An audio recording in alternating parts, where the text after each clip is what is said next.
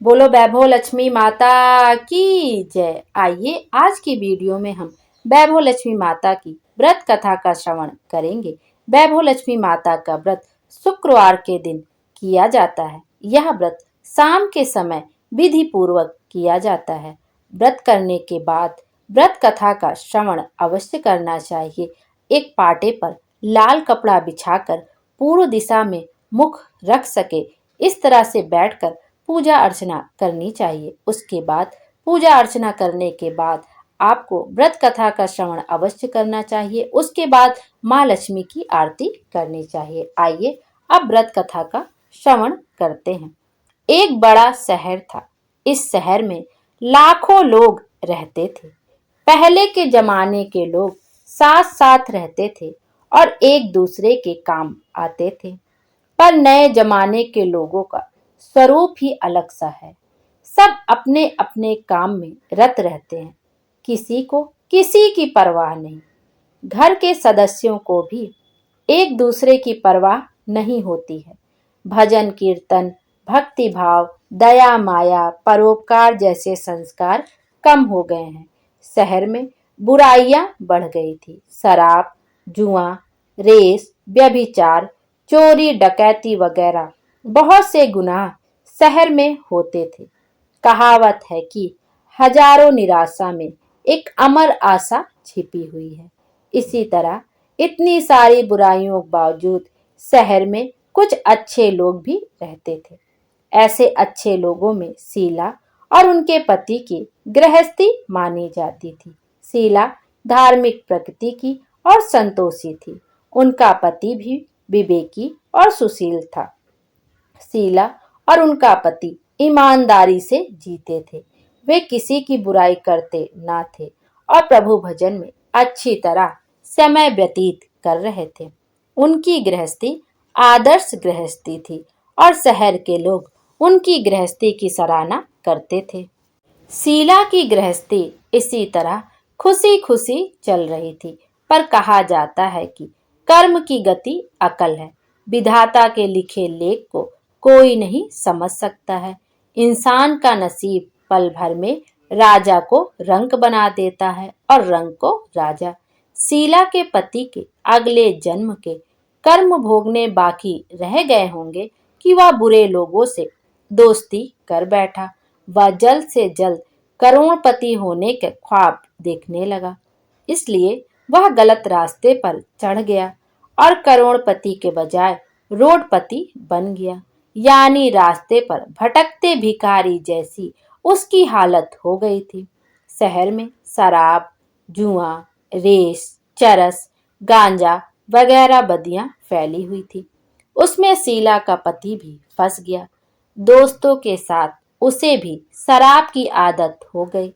जल्द से जल्द पैसे वाला बनने की लालच में दोस्तों के साथ रेस जुआ भी खेलने लगा। इस तरह बचाई हुई धनराशि, पत्नी के गहने सब कुछ रेस जुए में गंवा दिया था।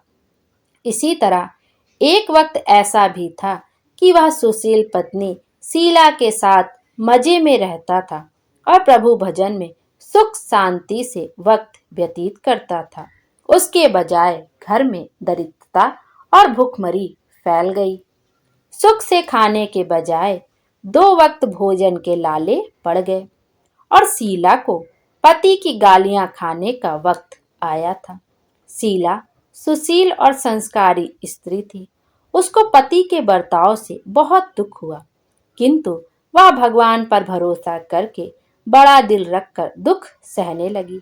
कहा जाता है कि सुख के पीछे दुख और दुख के पीछे सुख आता ही है, इसलिए दुख के बाद सुख आएगा ही। ऐसी श्रद्धा के साथ शीला प्रभु भक्ति में लीन रहने लगी। इस तरह शीला असहाय दुख सहते सहते प्रभु भक्ति में वक्त बिताने लगी।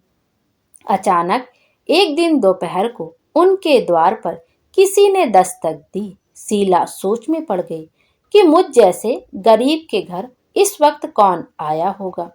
फिर भी द्वार पर आए हुए अतिथि का आदर करना चाहिए। ऐसे आर्य धर्म के संस्कार वाली शीला ने खड़े होकर द्वार खोला।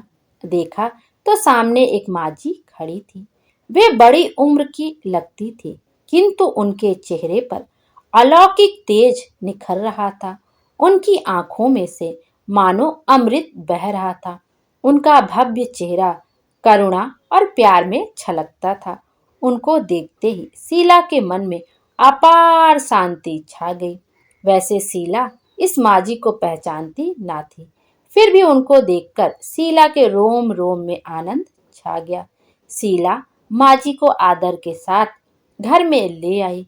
घर में बिठाने के लिए कुछ भी नहीं था, अतः ने शीला ने सकुचाकर एक फटी हुई चादर पर उनको बिठाया। माजी ने कहा, क्यों शीला, मुझे पहचाना नहीं? शीला ने सकुचाकर कहा, माँ, आपको देखते ही बहुत खुशी हो रही है, बहुत शांति हो रही है। ऐसा लगता है कि मैं बहुत दिनों से जिसे ढूंढ रही थी वे आप ही हैं, पर मैं आपको पहचान नहीं पा रही हूँ। माजी ने हंसकर कहा, क्यों भूल गई? हर शुक्रवार को लक्ष्मी जी के मंदिर में भजन कीर्तन होते हैं, तब मैं भी वहां आती हूँ। वहां हर शुक्रवार को हम मिलते हैं।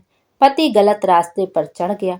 तब से शीला बहुत दुखी हो गई थी और दुख की मारी वह लक्ष्मी जी के मंदिर में भी नहीं जाती थी। बाहर के लोगों के साथ नजर मिलाते भी उसे शर्म लगती थी। उसने याददाश्त पर जोर दिया, पर या माजी उसे याद आ नहीं रहे थे। तभी माजी ने कहा, तू लक्ष्मी जी के मंदिर में कितने मधुर भजन गाती थी, अभी अभी तू दिखाई नहीं देती थी, इसलिए मुझे हुआ कि तू क्यों नहीं आती है। कहीं बीमार तो नहीं हो गई है ना? ऐसा सोचकर मैं तुझसे मिलने चली आई हूँ। माँ जी के अति प्रेम भरे शब्दों से शीला का हृदय पिघल गया। उसकी आंखों में आंसू आ गए। माँ जी के सामने वह बिलक बिलक कर रोने लगी।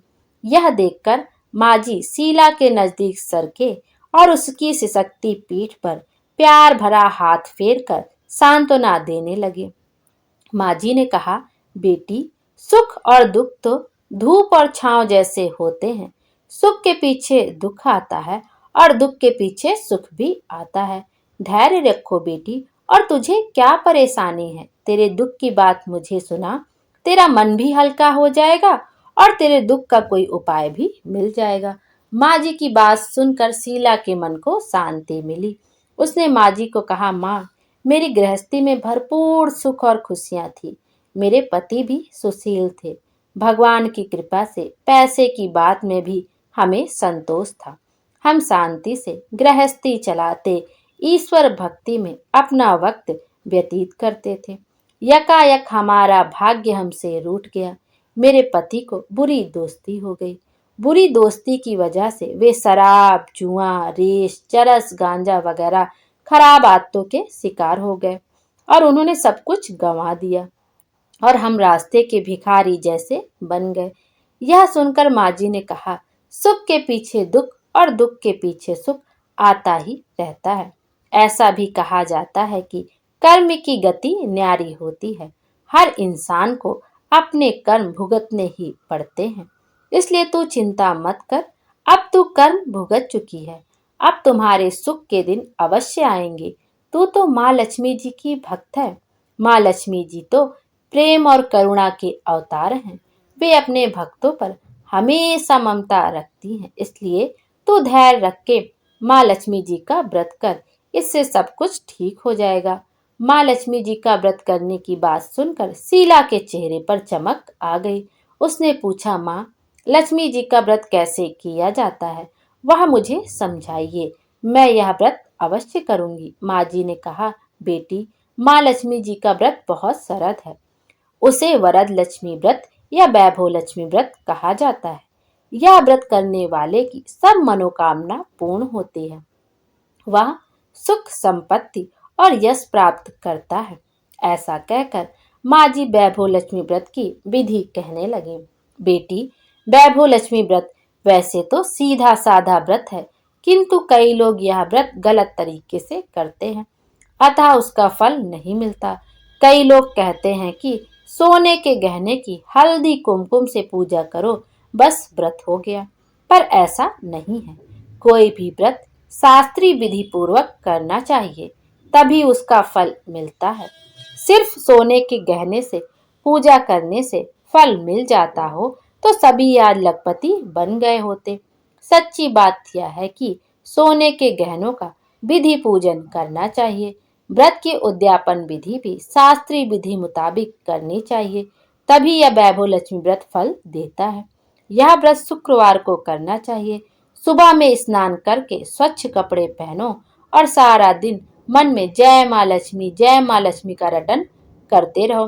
किसी की चुगली नहीं करनी चाहिए। शाम को पूर्व दिशा में मुख रख सके इसी तरह आसन पर बैठ जाओ।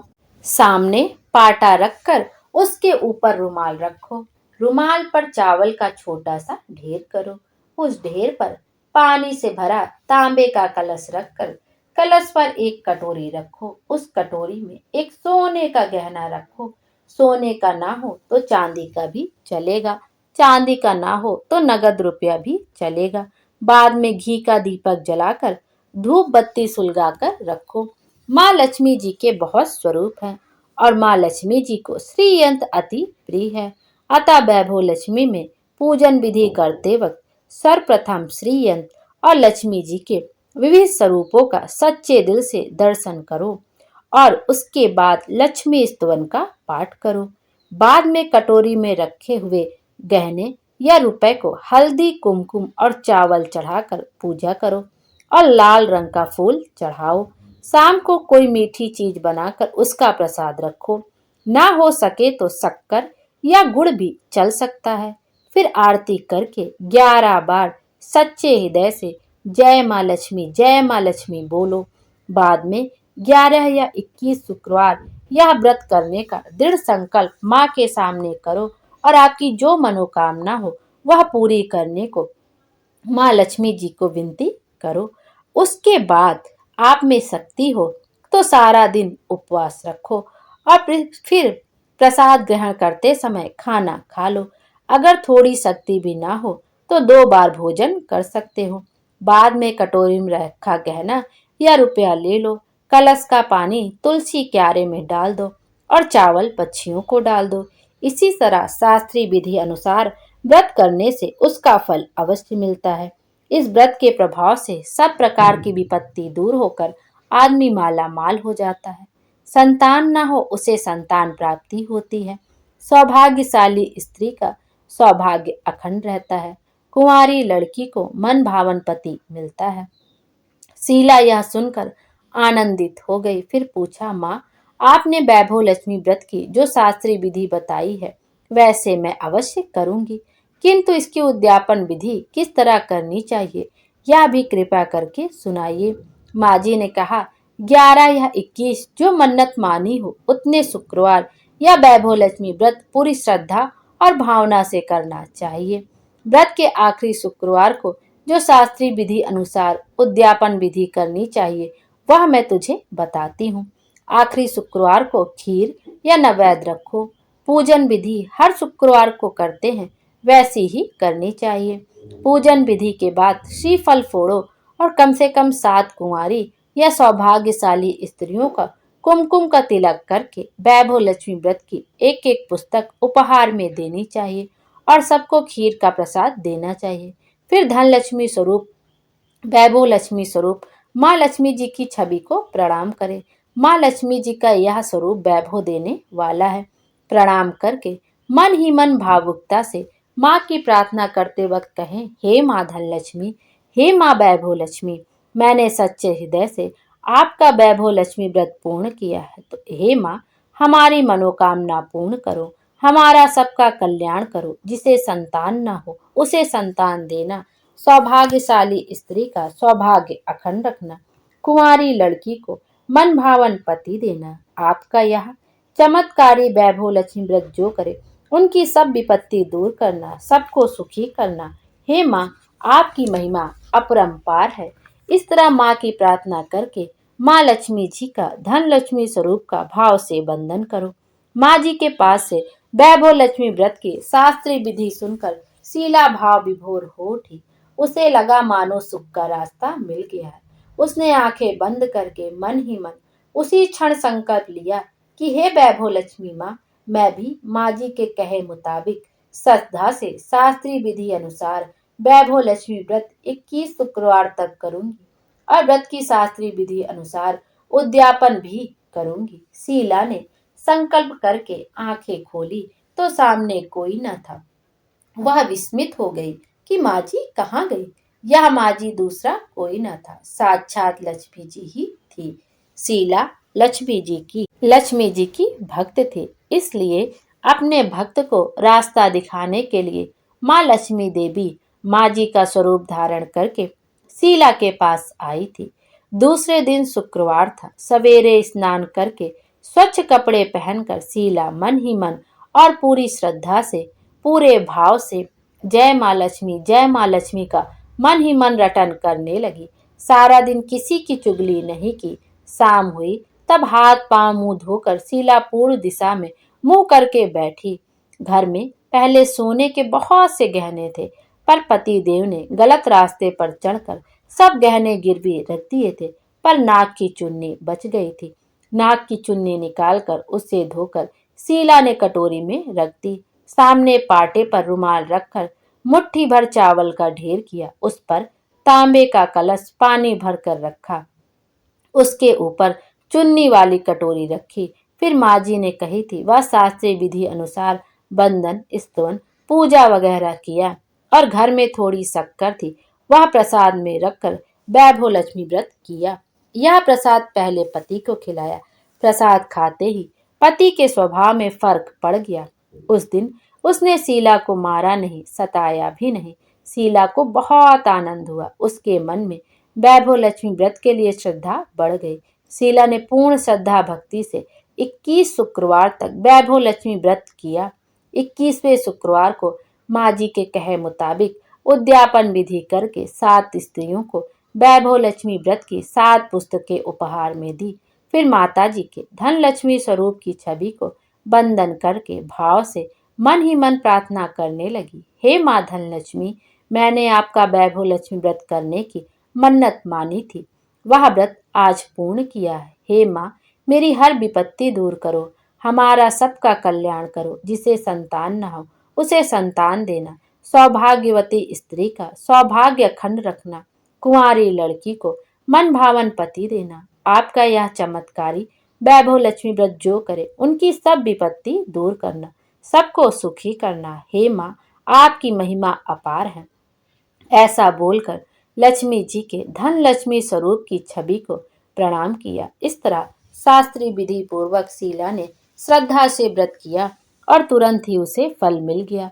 उसका पति गलत रास्ते पर चला गया था, वह अच्छा आदमी हो गया और कड़ी मेहनत करके व्यवसाय करने लगा।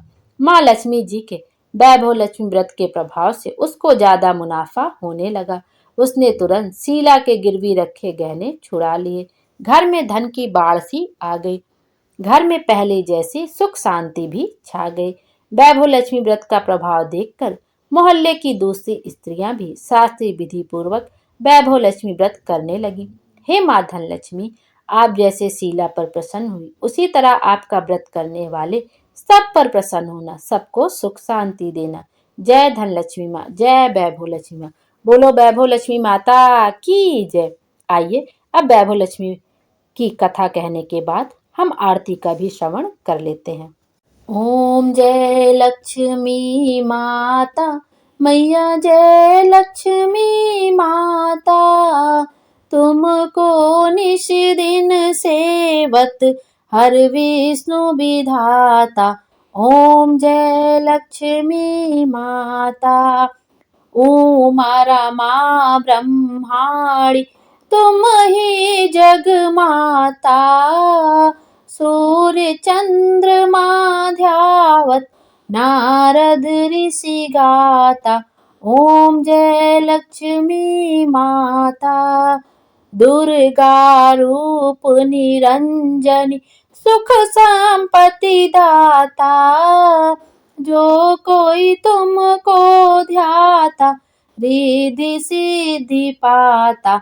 ओम जय लक्ष्मी माता, तुम पाताल निवासनी तुम ही शुभदाता, कर्म प्रभाव प्रकाशनी, भवनिधि की त्राता।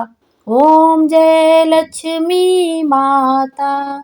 जिस घर में तुम रहती सब सद्गुण आता, सब संभव हो जाता, मन नहीं घबराता। ओम जय लक्ष्मी माता। तुम बिन यज्ञ न होवे, वस्त्र न कोई पाता, खाने पाने का वैभव सब तुमसे आता। ओम जय लक्ष्मी माता। शुभ गुण मंदिर सुंदर, क्षीर दधी जाता, रत्न चतुर्दश तुम बिन कोई नहीं पाता। ओम जय लक्ष्मी माता।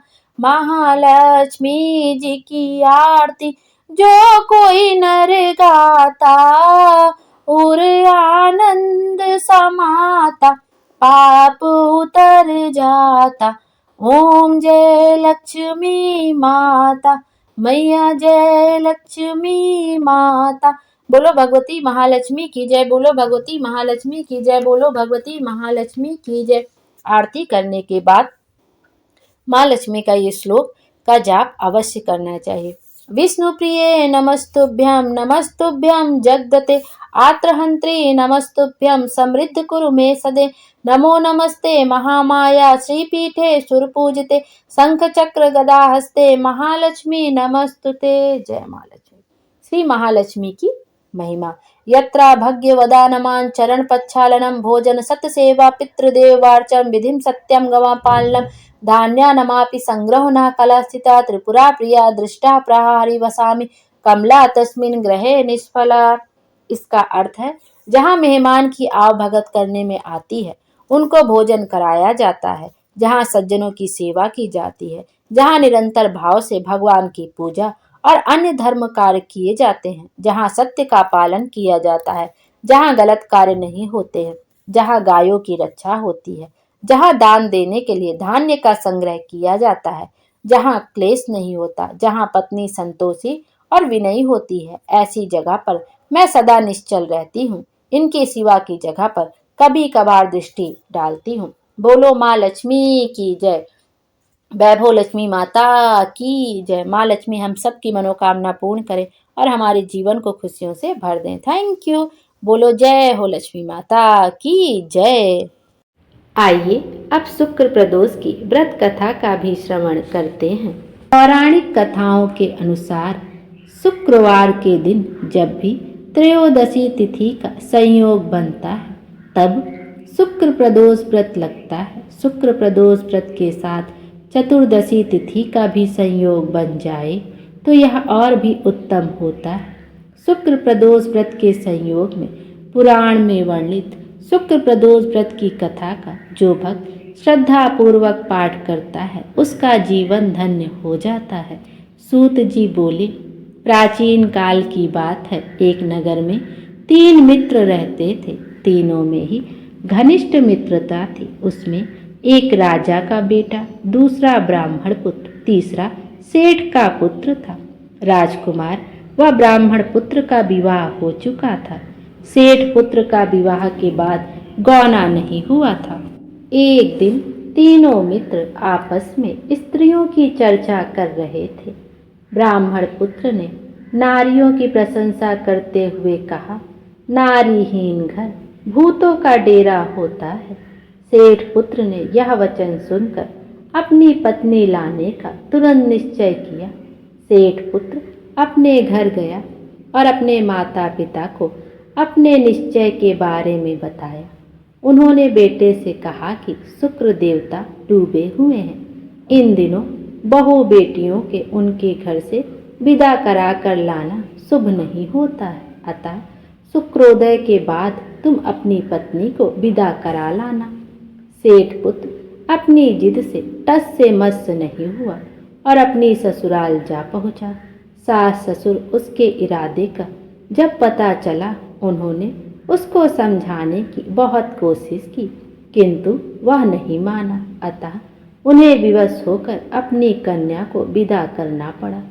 ससुराल से विदा होकर पति पत्नी नगर से बाहर निकले ही थे कि उनकी बैलगाड़ी का पहिया टूट गया और एक बैल की टांग टूट गई। पत्नी को भी काफी चोट आई।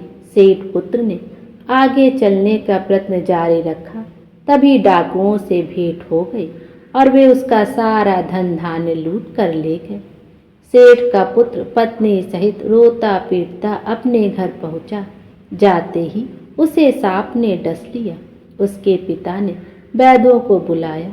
उन्होंने देखने के बाद घोषणा की कि आपका पुत्र 3 दिन में ही मर जाएगा। उसी समय इस घटना का पता ब्राह्मण पुत्र को लगा। उसने सेठ से कहा कि आप अपने लड़के को पत्नी सहित बहू के घर वापस भेज दो। यह सारी बाधाएं इस कारण से आई है कि आपका पुत्र शुक्रास्त में पत्नी को विदा कर लाया है। यदि यह वहां पहुंच जाएगा तो बच जाएगा। सेठ को ब्राह्मण पुत्र की बात जच गई और अपनी पुत्र वधू और पुत्र को वापस ले गया। वहां पहुंचते ही सेठ पुत्र की हालत ठीक होनी आरंभ हो गई। तत्पश्चात उन्होंने शेष जीवन साथ में सुखपूर्वक बिताया और मृत्यु के बाद स्वर्गलोक को गए। बोलिए भगवान शंकर की जय।